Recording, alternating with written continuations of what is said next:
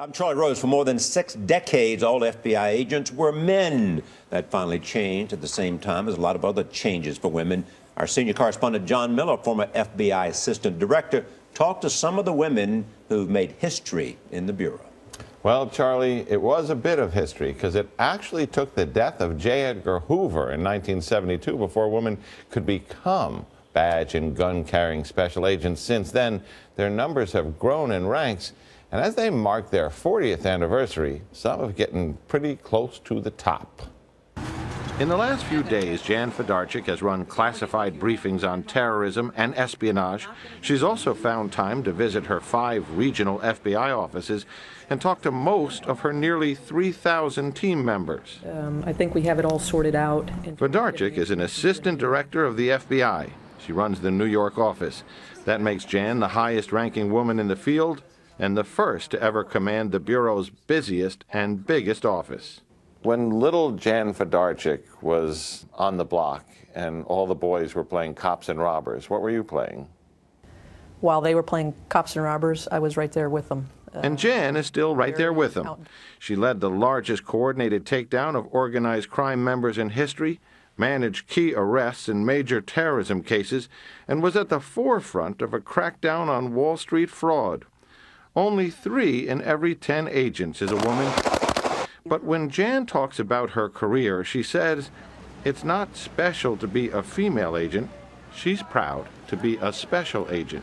Let's not distinguish between a female special agent and a male agent.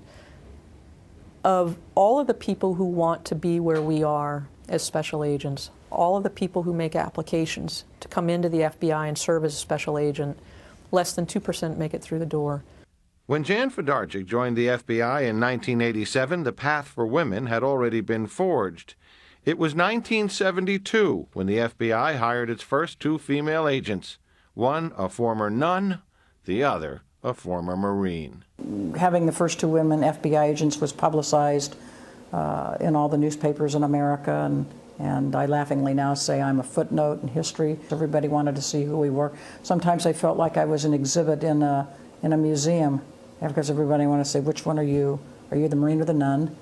We all were taken down to Quantico to begin training. There were 45 of us in the class at that time, 2 women and 43 guys. They were pioneer special agents, and you see the 2 women in there. Those 2 women, charted the course for the rest of us.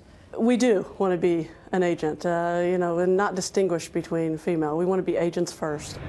Today, there are more than 2,600 female special agents in the FBI, and 3 of the top executives in the New York office are women. My experience with Jan is she has been an inspiration for me. She stands out. She is cool, calm, and collected. As you walk away at the end of 25, a lot of fond memories. After 25 years in the FBI, today is Jan's last day. When her picture is added to this wall, she will be the only female to have commanded the New York office in over 100 years. She's leaving behind more than a portrait in a glass frame. She has broken one more glass ceiling.